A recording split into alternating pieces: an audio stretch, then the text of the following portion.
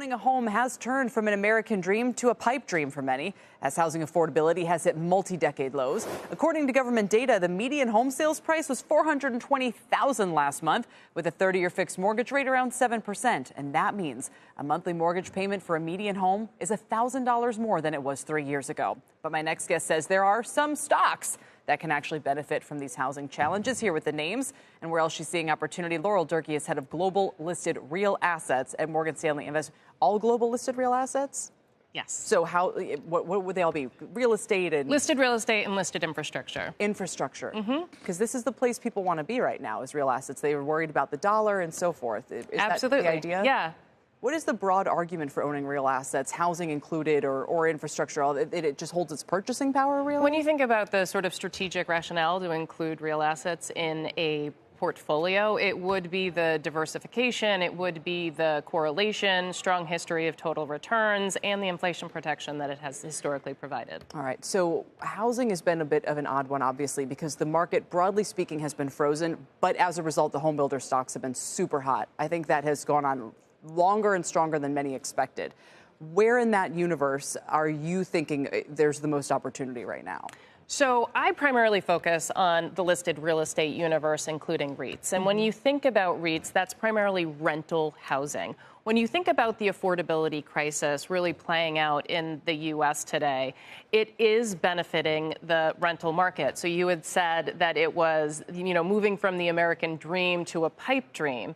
That does provide opportunity for the rental landlords to be able to fill this affordability gap that so many people are experiencing. What are the publicly traded rental plays? So really, from a sector perspective, you can invest in traditional multifamily, you can invest in single-family rentals, right, or you can invest in manufactured housing. Do you like all of them, or where do you think is the most attractive right now? I think the most attractive right now, taking everything into consideration, is going to be the single-family rental market and then some pockets of the traditional multifamily universe. And single-family names that we should know about would be, I think, of American Homes for Rent and those kinds of stocks over the years. Exactly. So a name like AMH, they really do have a differentiated operating platform. They run about 60,000 homes. They're also a developer of single-family homes. So they were one of really the first institutional players out there to develop single-family homes exclusively for rent.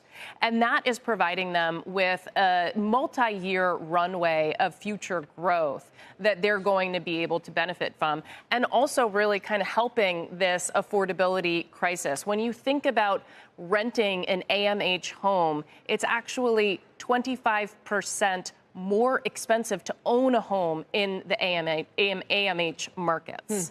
So the only, obviously, problem here would be if we start to see rent slow, which is what everyone's cheering for from an inflation point of view, because it's been one of the biggest, contributors there. Are you seeing signs of rents coming down, maybe starting to crack a little bit? We're not in the SFR space.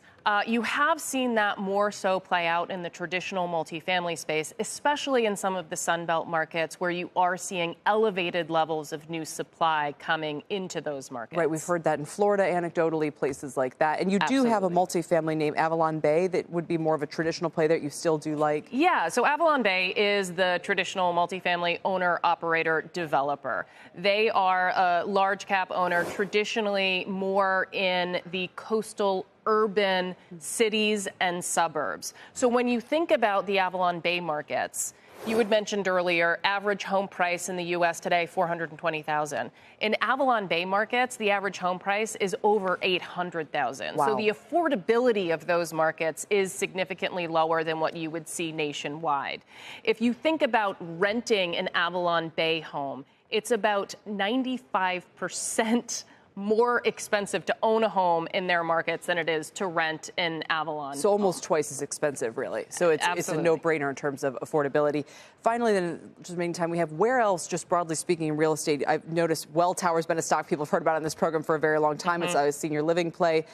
You mentioned some of the data centers. I mean, these are kind of, it's that thing where it's sort of, yes, these are the places that have been working. And so it sounds like you're saying kind of just stick with that for now. I think you need to. So when I'm looking at the alternatives within within the market today. I'm really looking for those secular drivers of demand that I believe are going to really be able to provide upside to investors over a long-term period of time. So you look at a name like Welltower, they absolutely have demographic support with the aging population, and the growth profile of their cash flows is going to continue to increase over time. Both Equinix and Digital within the data center space also are significantly benefiting from the increased AI and cloud computing and just data. Yeah. You were talking about Salesforce earlier. Exactly. And how it really runs on data.